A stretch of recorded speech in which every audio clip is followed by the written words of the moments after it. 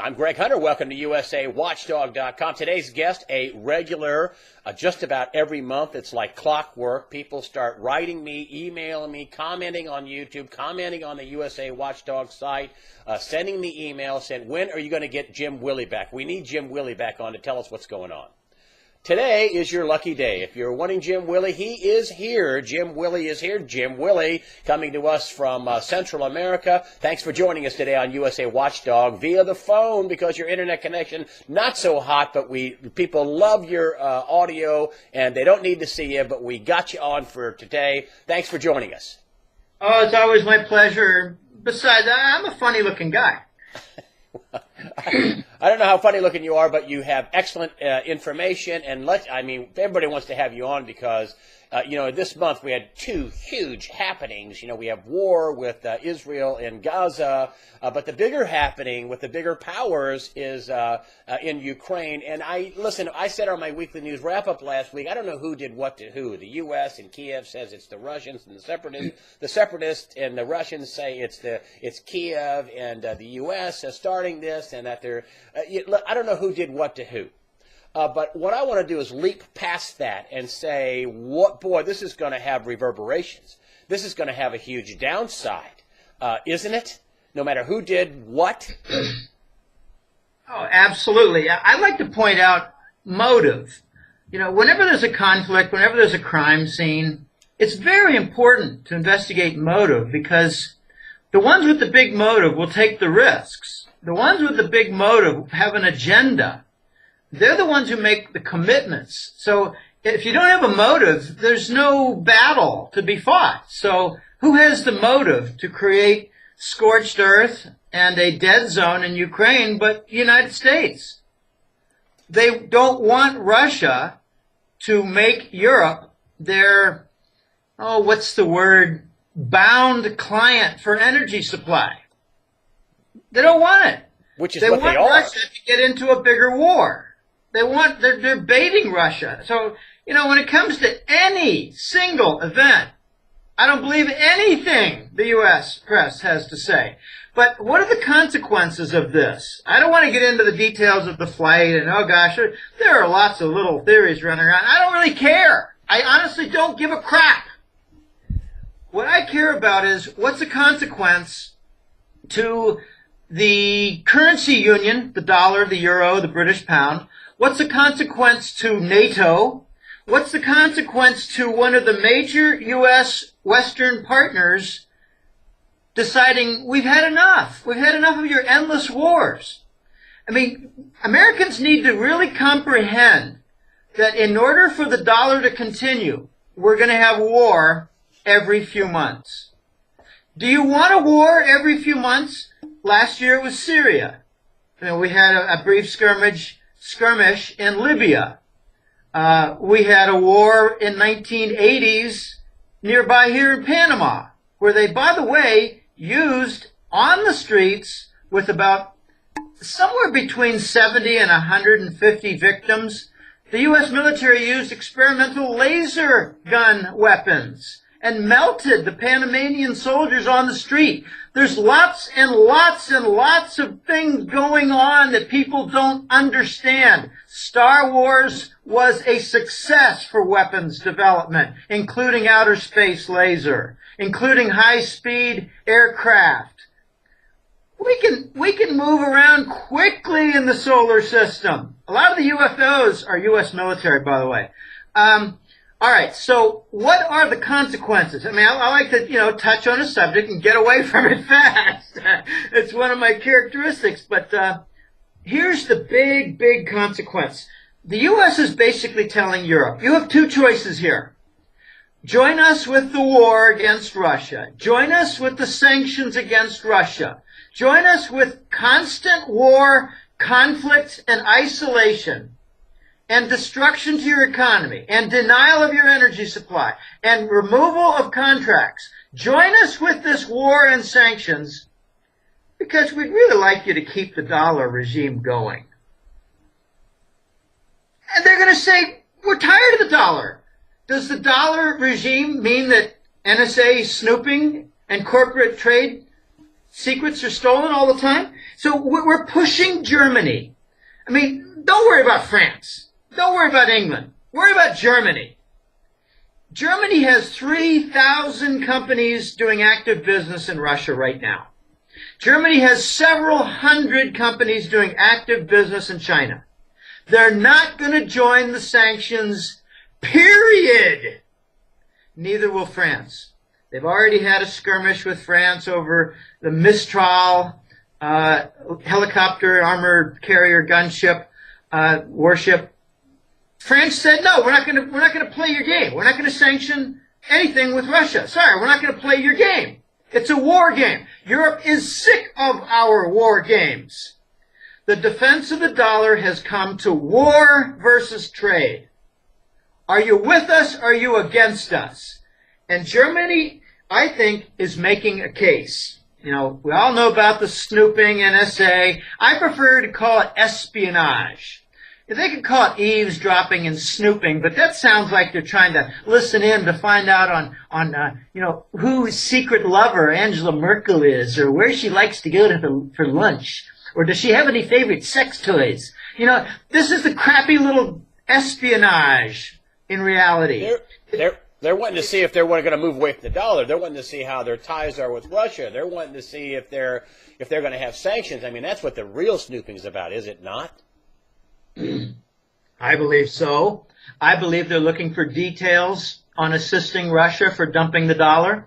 I think they're looking for details with Russia and China, with, say, the Frankfurt turning into an RMB hub, which is Chinese yuan-based bonds and currency exchange. I think the U.S. is very anxious to find out what Germany is doing, say, as a secret movement to get away from the dollar and to join the BRICS, which is exactly what I think they're going to do. But let me just point out the four elements. Think of them as charges for an indictment. They've got the NSA, which involves corporate espionage. We've already had records of Siemens being surveillance against Siemens and other telecom companies. The best way to find out what's going on with communication with German politicians and their parliament and their ministers is to tap into their communication system, and Siemens is that. Siemens and a few others. They have several, just like U.S. has several. All right, so the NSA espionage is one indictment charge. The German High Court has already slammed down the Euro Central Bank under Draghi for their bond patches that try to come up with a super senior type of bond that has, in other words, higher seniority than, say, a simple sovereign bond, like a French or Italian government bond. Now, they want a higher seniority bond.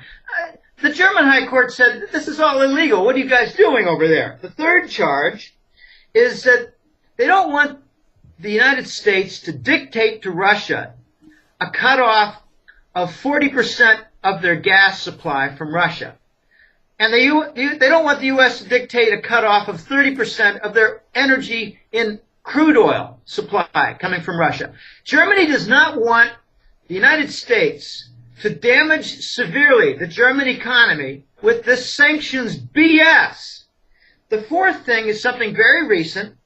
Their BaFin, which is kind of a combination of Securities Exchange Commission and FBI policing. Their BaFin, very powerful agency that's not corrupted like every single alphabet soup United States agency is, corrupt to the core, including the Coast Guard. They're escorts for narcotic shipments coming in. All right, the fourth charge is a gold damages audit that's being done nationally in Germany. They've put out word, we want to know the extent of gold ownership in private funds, private accounts, bullion banks, and other sources, like in bank holdings, bank boxes even. What are your gold holdings? What is the national holdings for gold? Why would they do that unless they're trying to find out, gee, they're already pissed off at the gold fix in London. By the way, why do sane professional people even talk about a gold fix without realizing that that's price fixing?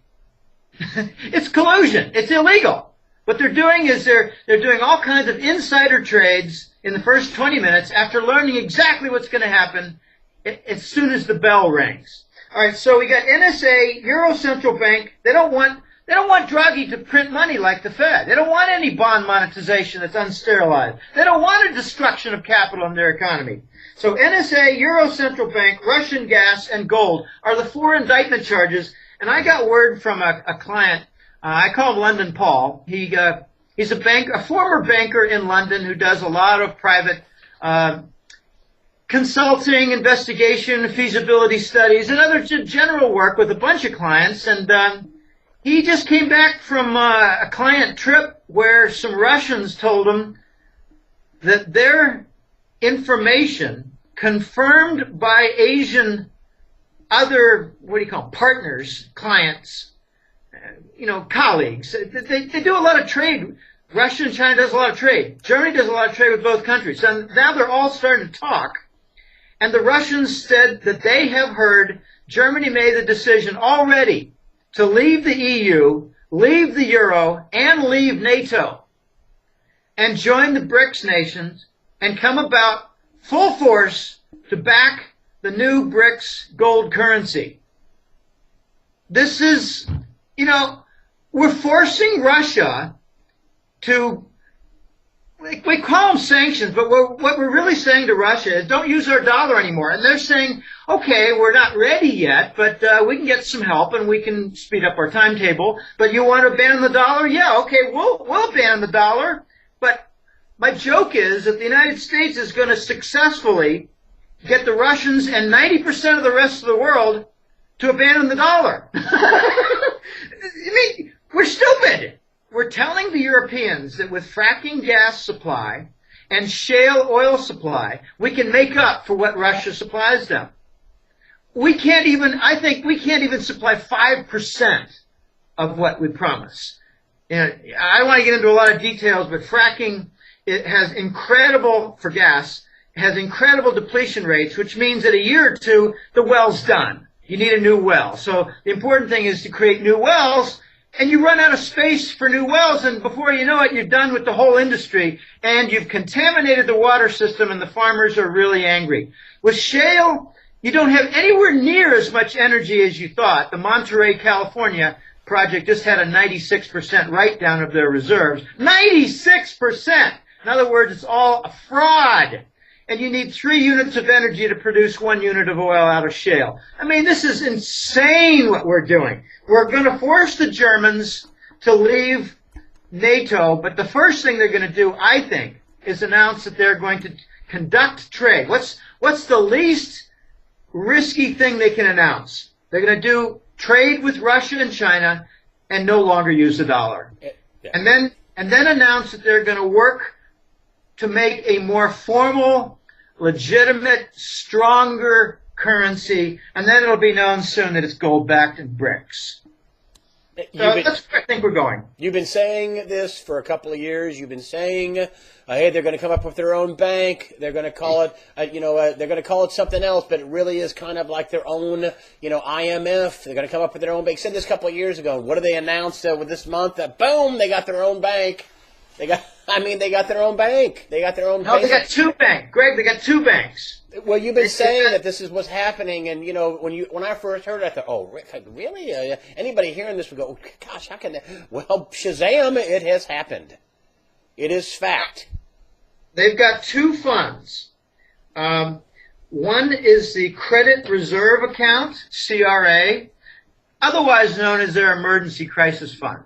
Okay, if they have hot money leaving their bonds or their stock market, they can tap the fund and fix the hot money situation, like the Asian meltdown in '97. They'll have a fund for that. They call that the CRA, Credit Reserve, I think it means account, Credit Reserve Account. They've got a second fund, though, and this is the important fund. They call it the Development Fund. They've called it that for a year, and I noticed suddenly a couple months ago they started changing and called it the BRICS Bank, just the BRICS Bank, not the Development Fund. And you know, I have this way of looking at things that is full of inference, and things don't make sense. So let's re-examine. That's how I work.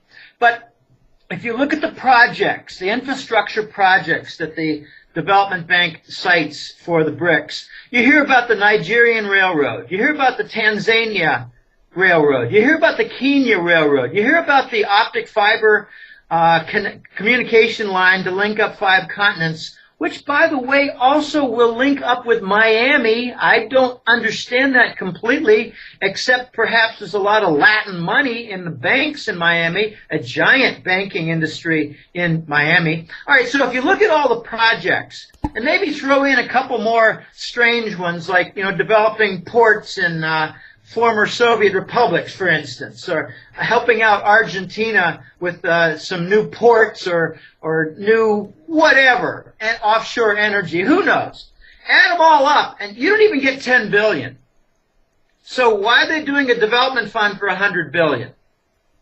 I think because they're going to have a central bank with gold, and all the unused project money is going to be converted from treasury bonds to gold bullion. And they just had an announcement they're not going to hold their funds in treasury bonds. So when you're looking at these facts, the important questions should come up, which amazingly don't come up in the U.S. press.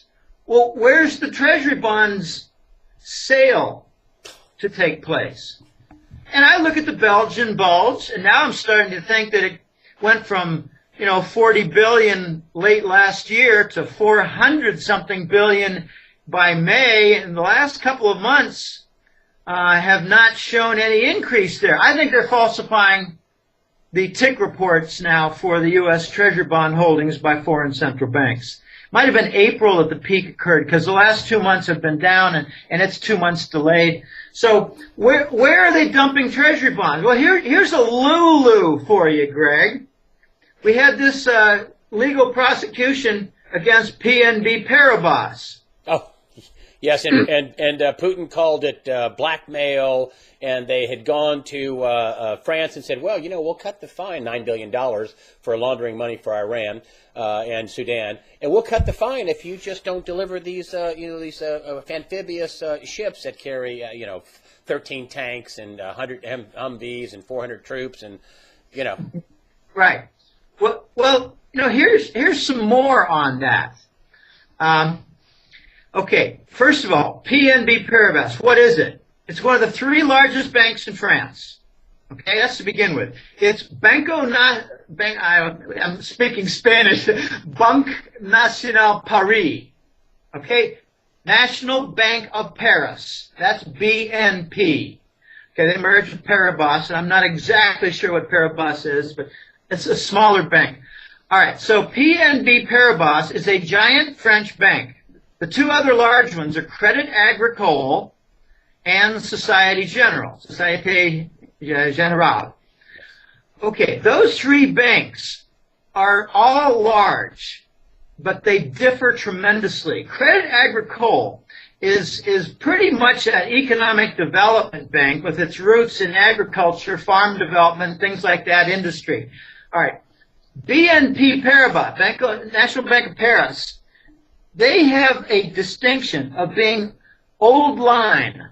They're not heavily involved in derivatives. They're old line, old families of Europe. Société Générale is connected to the syndicate. They've got a lot of short contracts for gold. They play ball with London all the time. They play ball with New York. If you're talking about, the big 8 of big banks with huge positions to short gold and suppress its price, Société Générale, also known as SocGen, they're always there. PNB Paribas is nowhere there. So what I've been hearing, this is somewhat speculation, not a lot of evidence behind this, but what I'm hearing is that PNB Paribas was probably involved in severe, significant, huge volume treasury bond dumping. They were helping the Russians, helping the Chinese, helping maybe other European countries, helping Indians to sell treasury bonds. And how do you sell a huge amount? But sometimes you line things up, you lock in the price, and you short the Treasury bonds futures with intentions of delivering on the product, which means bringing with the wheelbarrows all the Treasury bonds. You're not delivering gold, you're delivering the shit paper from the U.S. government debt. Now that shows up, and the U.S. government would have ample opportunity to notice the PNB Paribas positions. So what do? They get them to force them to do an admission of guilt. Now, why didn't any U.S. banks with mortgage fraud, mortgage bond fraud, contract fraud, robo-fraud, MERS title database fraud, why didn't they have any of them admit guilt? No, they didn't do that because they're our guys. So PNB Paribas is different. They're not in our camp. And I believe they're involved with Treasury bond dumping. So what do? They force an admission of guilt, which means that they no longer have control over their what do they call them? Futures contracts positions anymore. They don't have control of their portfolio. And I was looking for a confirmation. I said to some friends, well, gee, let's see how this comes out. I mean, the fine I don't care about. I mean, it's large, to be sure, and it's going to hurt their capital position, their equity ratios, and all that. Might have thrown them out of business to begin with. But there's another angle to this. I said, let's just keep looking to see how this plays out for the details. And there it was. They're denying them their U.S. dollar trading position posts, their offices, and legal right to convert dollars. In other words, they can't follow through on the Treasury bond dumping. Oh, that's a yeah, very unique. So they put a stop to it. So, some people tell me, well, Jim, you're pretty good at connecting the dots. And some guy said, you're not only good at deductive reasoning, you're good at inferential reasoning. And that's statistics. You can't prove it, but what you can say is it's looking increasingly likely with gathering evidence as time passes. Here's another one that supports that view. Yes. And, I find other analysts think that way. I don't know how they think. I mean, even some really smart guys like Paul Craig Roberts, he has zero information about what's going on in the East and the BRICS nations and a new gold currency. He has tremendous information, but it's from this half of the world. I like looking at the whole world. They cut off their ability to complete the dump of the treasuries. And that's your hypothesis. They cut off their ability to dump those treasuries.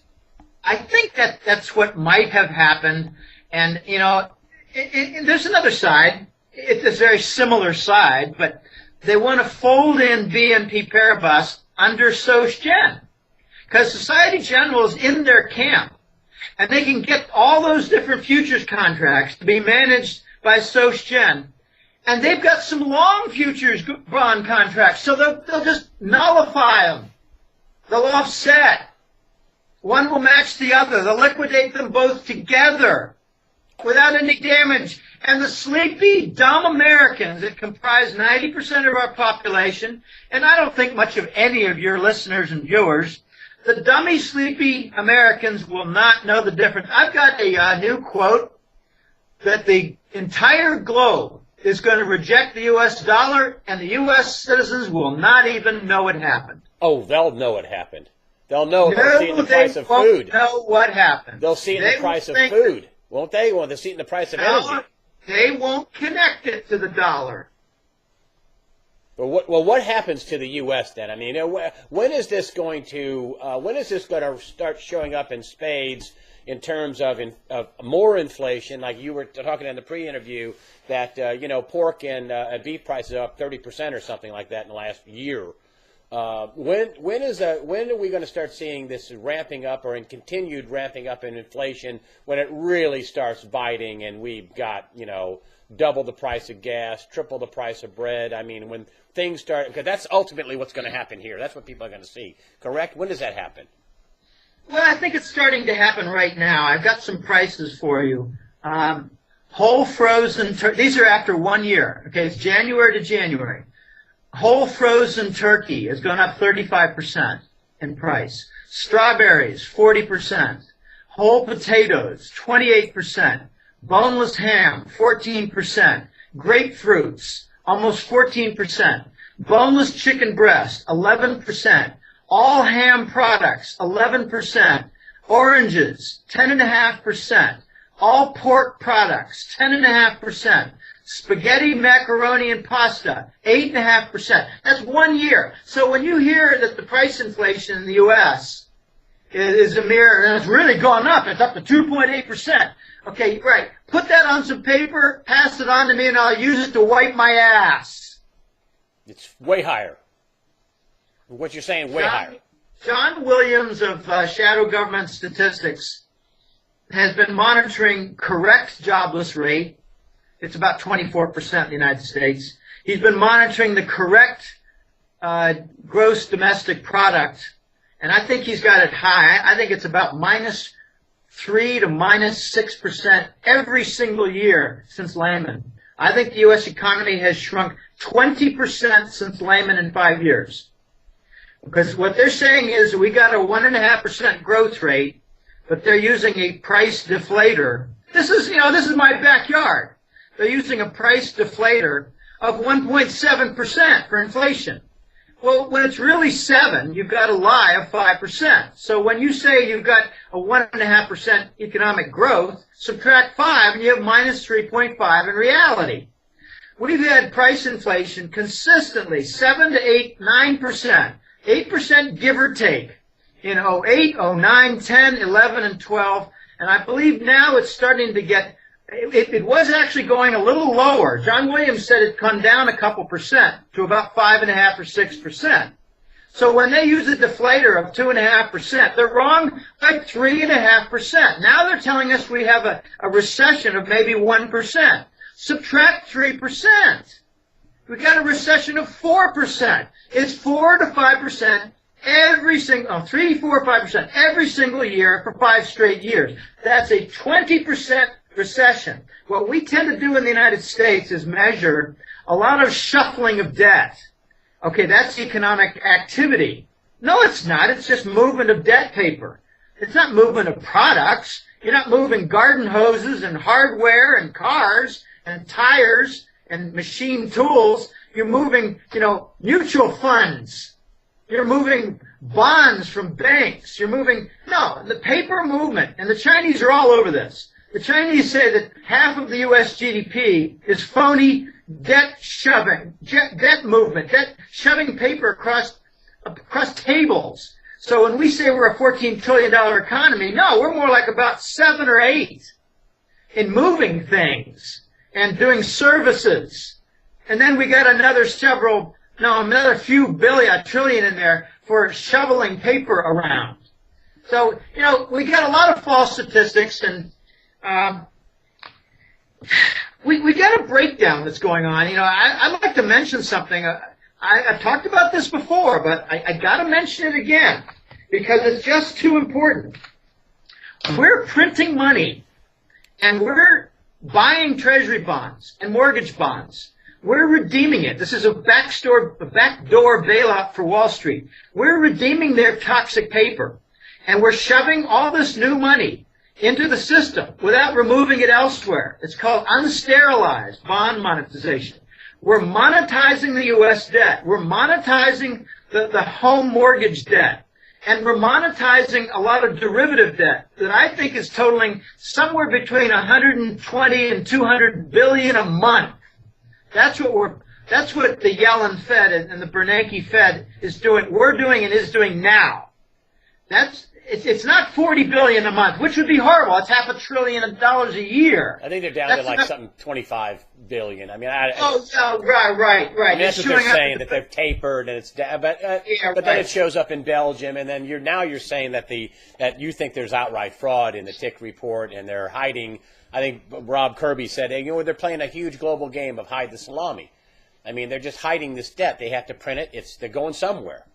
Right. The hide the salami, we should keep that in the bedrooms. I think so. But let me point out what the effect is on this quantitative easing and unsterilized monetization. I call it free fall. Free fall for the economy from capital destruction. And here's how it works. The amazing thing I find in economic analyses that I often read about by, some good analysis, good analysts too. And a lot of, government reports come out and say, here's our economic forecast. What they overlook constantly is feedback loops. What will happen if we start to see energy prices, metals prices, and a lot of other prices rise in response to the QE policy of doing bond monetization in an unsterilized fashion?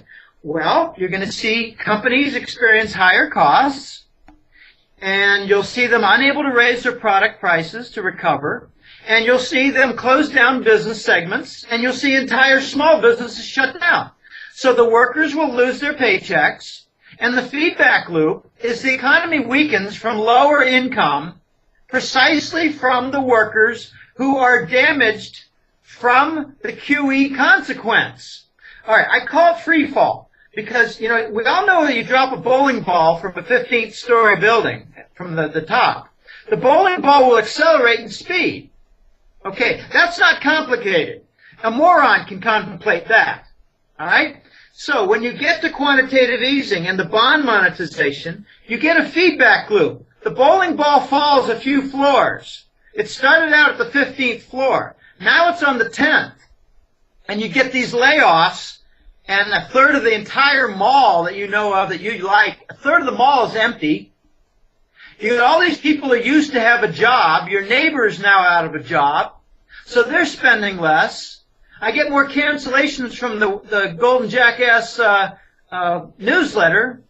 I get a lot of new sign-ups, but hey, on a typical month, I get 120 sign-ups and I get, 60 cancels. I often ask the cancels, what happened? They say, well, I lost my job, or my wife lost a job, or business is way down, need to cut costs. I'll be back someday, I hope. All right, so you get the feedback loop of lost income from the damage that comes from higher costs, that comes from the QE. It's not stimulus, people. It's backdoor Wall Street bailout that degradates and deteriorates and damages the economy in a feedback vicious loop system. So as time passes, what you're seeing, we're now into the fourth year of QE.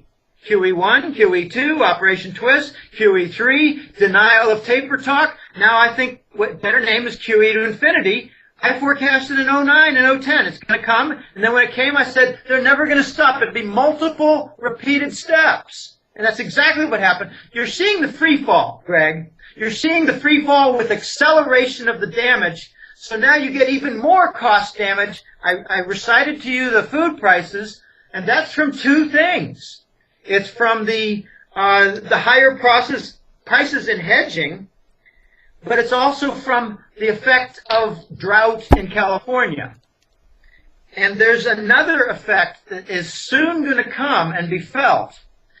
We have a huge increase in the exported alfalfa crop for Chinese livestock. So they're feeding their cows. They're feeding whatever.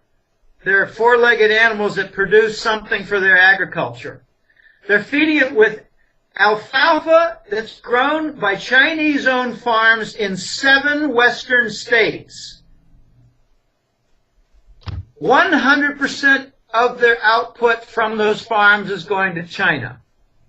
Now, after a while, you're going to start to see the effect of the Chinese and other nations owning farmland, all the crop sent to Asia or outside the country, and then you're going to have joining that another effort by U.S. corporations to export more in order to earn foreign income just to keep stable the currency, Greg, like all third world nations do. Sell some of your output from industry and agriculture to foreign entities to gain foreign currency to help your balance of payments, just like all third world nations do. And I've been talking about third world for as long as we've been doing interviews. Now I'm detailing how it's happening. And they just laid off 18,000 at Microsoft recently. So there's your layoff. Microsoft. That's the global economy, and it could be from a global feedback loop on QE because we're not the only ones doing it. The Bank of England, Bank of Japan, and the Euro Central Bank, all three are doing the same thing. So you're getting capital destruction. You know, it's a harsh term. Let's just go quickly review. You've got big financial entities, individuals who are wealthy, and corporations say to themselves, well, gee, if they're going to wreck the dollar with QE and debauch the currency and undermine it, this is what third world nations do. They wreck their currency by printing too much of it. Because nobody can step up and say, we got to stop, we got to do some write-downs, rich people are going to lose some money, bondholders are going to lose some money, sure, we need to reset it, but nobody wants to take that very painful step. And they realize that foreign entities don't want to buy the treasury bonds anymore. I mean, QE did not happen by accident. Yeah. The foreigners didn't want to buy the treasuries anymore. They don't want to buy a bond when the same central bank is printing money to buy the bond. Yeah. Do you want to buy lemonade when you can see that behind the wall that they're fabricating phony lemonade?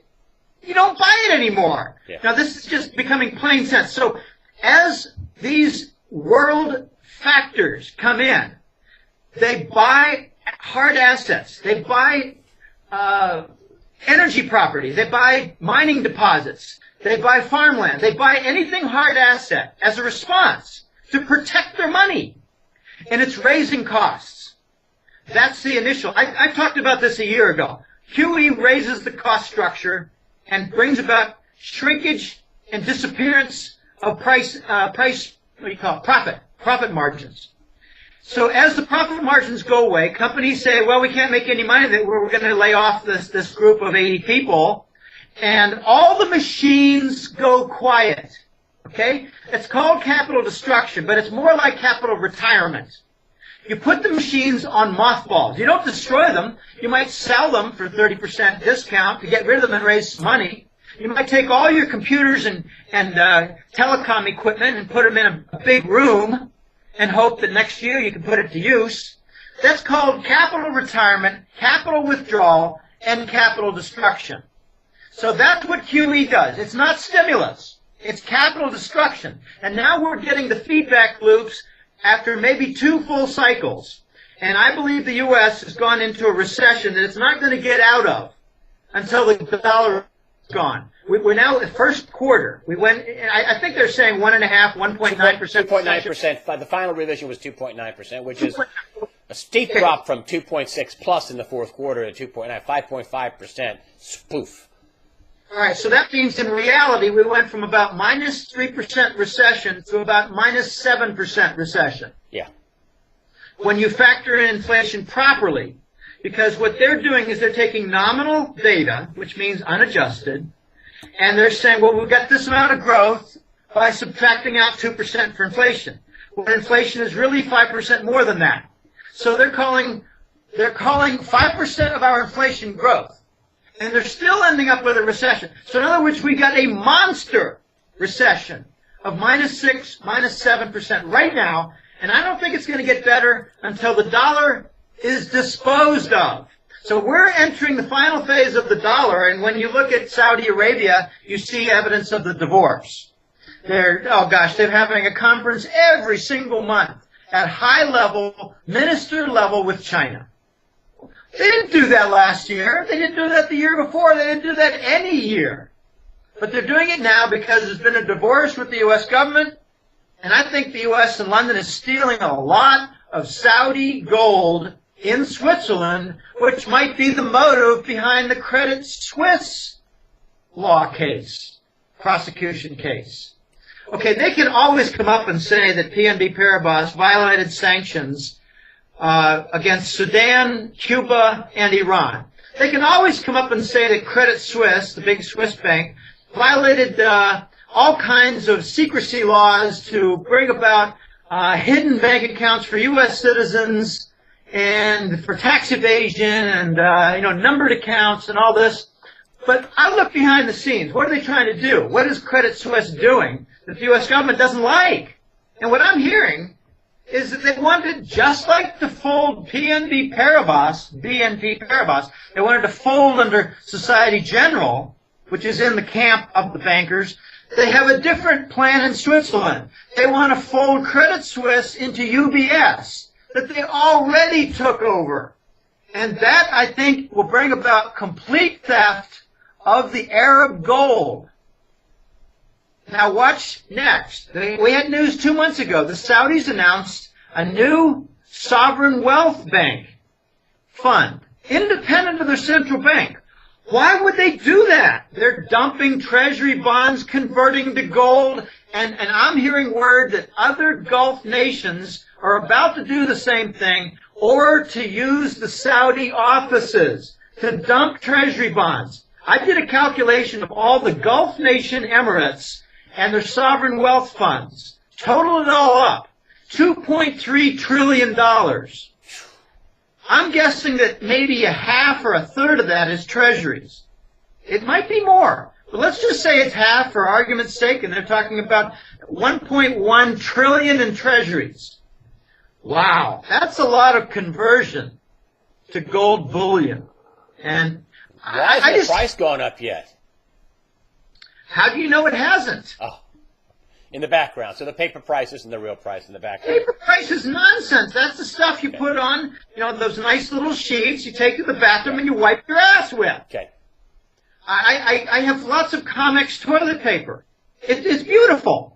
And the ink does not run. And the last thing I want, Greg, is to walk out of the bathroom with green and black ink coming on down my backside. When is the paper price in the behind the scenes going to start? Because at some point, the paper price behind the scenes is going to show up in the paper price in the front scene. When is that going to? What do you suspect the timetable for that is? I don't know. Good question. I hear the question a lot, and all I can say is what I've been saying all along. Does it look like the end of the year 2014 is going to look like what it was in January? No, that's what you said. No, in fact, it's getting far different from even what it looked like in May. So as the months pass, let's put it this way. Each season in 2014 will look very much different from the previous season of this same year. You can look at there are not many times that I bring out the 20 and 30-year chart. I'll leave that to the Aiden sisters, whose analysis is really quite high schoolish, amateurish. I've heard them speak. They don't return my phone calls here. Haven't ever since I moved here in 2007. So, I don't have a whole lot of good to say about their analysis, except they're nice ladies. But if you want some bland analysis, turn to their 30-year gold chart, because that's all they ever offer when it comes to gold analysis. But now you're starting to see something interesting in the 30-year chart. You're starting to see that a trend line for just the last maybe 10 or 12, 15 years, a trend line has been broken. And we might see a long-term signal. Now, there are a lot of technical analysts out there that rely on short-term technical signals, and those aren't very reliable. And then they rely on what they call the intermediary signals, and those are more reliable. That might be a signal that shows up on a 2.5-year chart. Something's going on that is evident in the last several months, and if you connect back to what happened back in 2011 and 12, and this looks significant, well, that's got some validity. Now you're starting to see the big correction in silver from 50. Let's face it, we really wasn't over 40 for more than a few geological minutes. That's a nice phrase I heard once. It wasn't over $40 per ounce silver for more than maybe a couple of weeks, maybe 3 weeks. And then suddenly it's a big drop, and the Wall Street analysts like to say, well, it's down over 50% from its peak. I like to say, well, what was its average for the month when it peaked? Well, I think that average is about 38. All right, so how far is it down from its peak average month price? Not a whole lot. We're starting to see some big signals in gold and silver. So when Rob Kirby says something big is coming, he might be right. I never doubt Rob Kirby. except when it comes to declarations of war and we're going to get a war with Iran. And he and I disagreed on that for the longest time, and I'm still looking. Where's the war with Iran? I haven't seen it. Where's that war? They got another 4 months, and they got some money, and they got paid for coming to a meeting, basically. So what you're seeing now between Saudis and the other Arab Emirates and Iran is a love fest. They're having meeting after meeting. There was a big meeting with the Kuwait Minister for Economic Development. He met with the similar economic minister of Iran. They're talking about trade. They're talking about, mutual projects. So even the Saudis are talking nice with the Iranians. So what happened there, Greg? What happened? I'll tell you what happened. Chinese told the Saudis and the Iranians, play nice, you kids. We're going to slam you both. Play nice. Everybody wins when you play nice. You play the American game, you both lose. What's it going to be? Now the Europeans are getting the same message.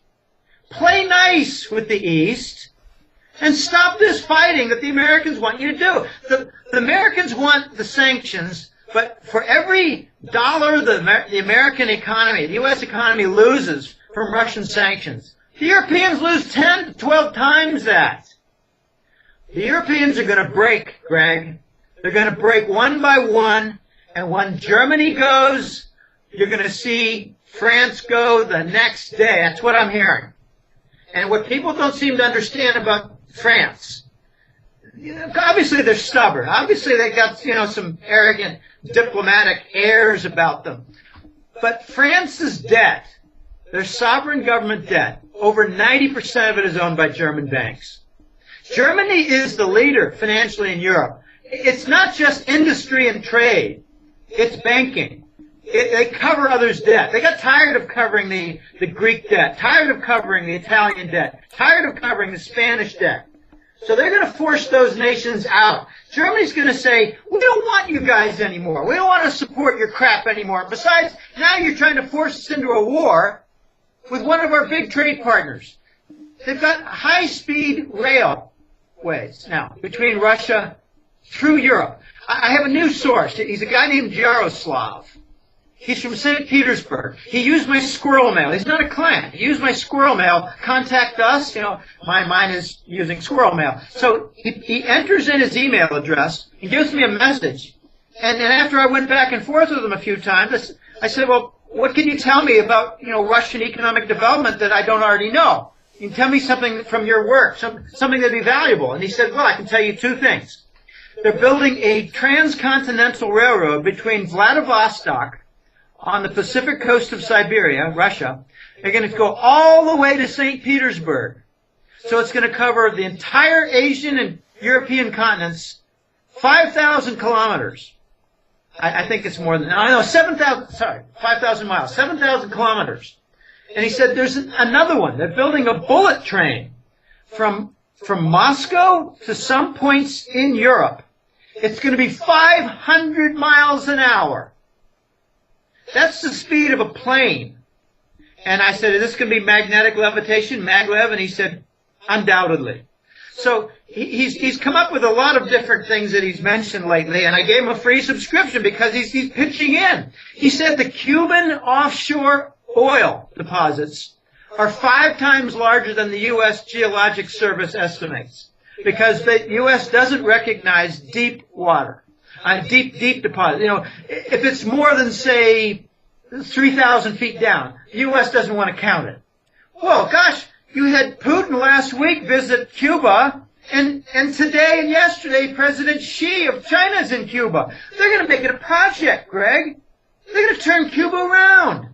The Russians forgave 90% of the Cuban debt on condition that Cuba invest, I think, something like $1.7 billion in their own, industrial projects and development, highways, plants, ports. And here's my guess. This is just pure conjecture. If Cuba slips up in any clause of this trade pact, they're going to convert the Mariel port into a Russian naval port. Oh. Remember Mariel was the port where all the the criminals were released on boats. Yes. And they ended up in the Florida shores. Yes. Yeah, right. Well, they're going to convert that. I think it's just a matter of a couple of years. They're going to get some hidden commitments and promises that, you don't deliver on this, don't deliver on that, and then we're going to just take over. That's going to be one of our collateral grabs, the Mariel port. They've already now got an agreement with the Russians to go in there with Rosneft and another company. That's their big oil. Rosneft is their big oil. It's twice the size of ExxonMobil. Most Americans think that Exxon's the biggest in the world. No, there's one that's twice as big. It's Russian. They've also got another deal to improve the feasibility and the capability of a big airport that's not in Havana. It's halfway between Havana and the Mariel port. It's going to be a big cargo shipment port. It's going to be a commercial airport. So they got to ship in the equipment for the offshore drilling. This is not easy.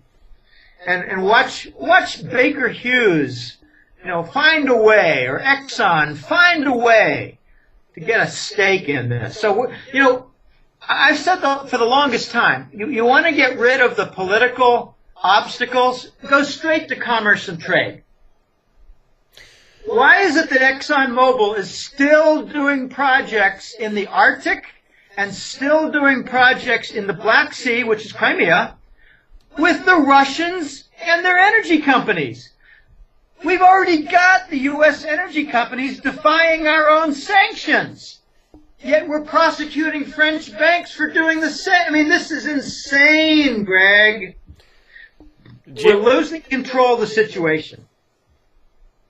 Jim Willie, thank you for coming to us today and enlightening us about the geopolitical, mostly the economic situation, which is all tied together, politics and money.